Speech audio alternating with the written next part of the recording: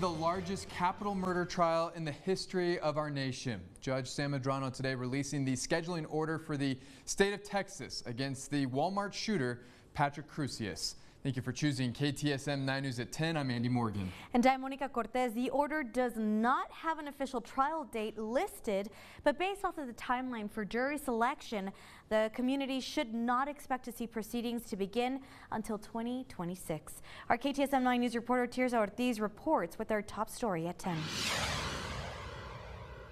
It's important to note that while 2026 seems far away, especially for victims and their families, trying a murder case, especially one with the death penalty on the table, is a long process. Now, I spoke with both candidates for district attorney a little over a month ago, and they shared with me the reason for this lengthy process. Capital cases take a long time. Murder cases take longer than other cases, and cases where the state is seeking the death penalty take even longer.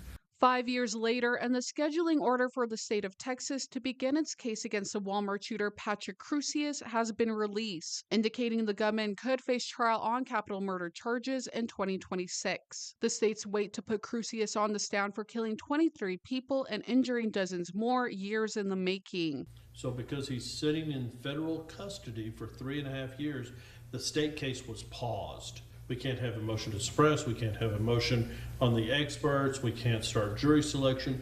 We cannot do anything while he's in federal custody because the judge in the state case has no power to compel the county jail to turn him over into state custody and bring him into state court.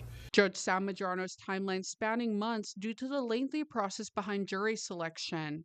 We're probably going to have to send out questionnaires to over 2,000 potential jurors to finally weed down to see who is qualified to sit on the case. Jury selection is scheduled to start in November 2025, leading into the tedious task of separately questioning potential jurors, known as voir dire, in January of 2026. Each of those jurors must be interviewed individually because of the nature of the case. So we're talking about capital murder cases.